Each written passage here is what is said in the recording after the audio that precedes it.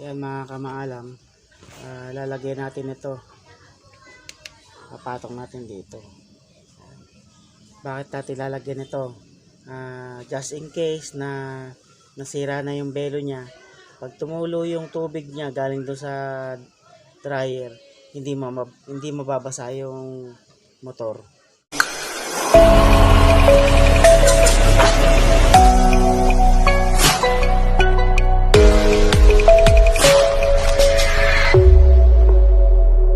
Audio Jungle.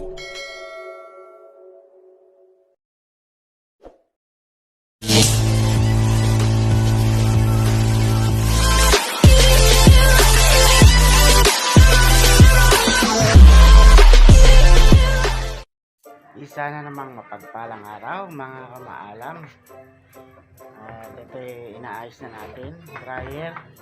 Pinalitan natin ang kanyang belo. At kasama na po ang makina. Kasama natin makina.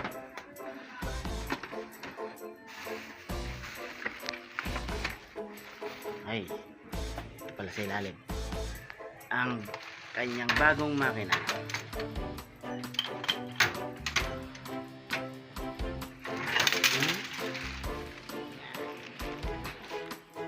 Palitan na natin siya. Papalitan na natin ang bagong makina. Papalit lang po natin ang belo. Hindi na po natin na video. Wala po tayong mapaglagyan na cellphone para makita ninyo yung aking paggawa. At saka isa pa po, pinapakita ko yung aking mga paggawa. Lagi tayo nakaka-copyright kahit tayo yung mismong gumawa. So pagka yung gumagawa tayo ng mga project natin, mga paggawa sa atin, at hindi natin pinapakita yung step by step, hindi tayo nakaka-copyright. Kaya siguro mas mainam na rin yung ganito.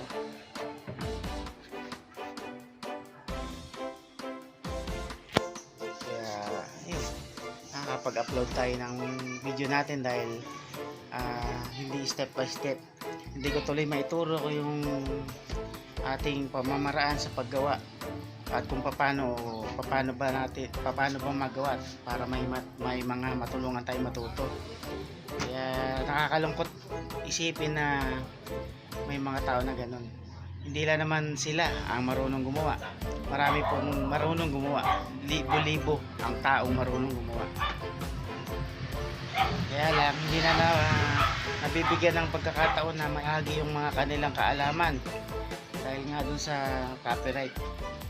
Kaya kahit ikaw mismo yung gumawa, nakikita na sa video, ikaw na mismo yung gumawa, ay nakaka-copyright pa. Ganyan na lang, okay na rin yan. Wala tayong magagawa sa kanila eh.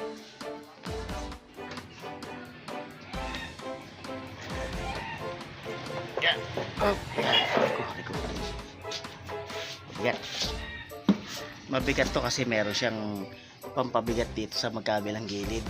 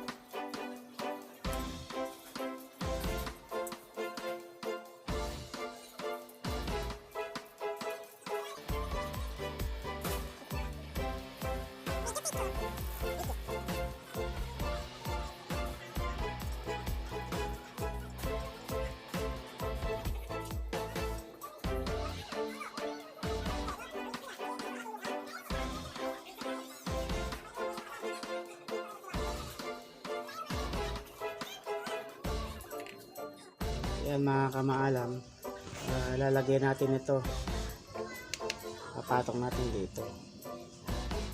Bakit natin lalagyan ito?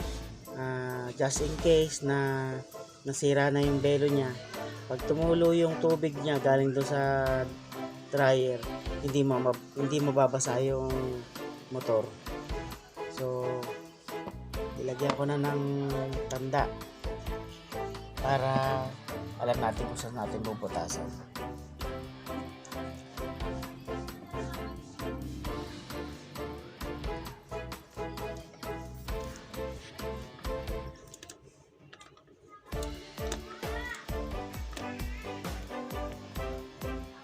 Yan mga kamalam, ilagay na natin yung cover nya para just in case na magkaroon ng sira ang belo at tumulo, hindi matutuluan ng kanyang makina.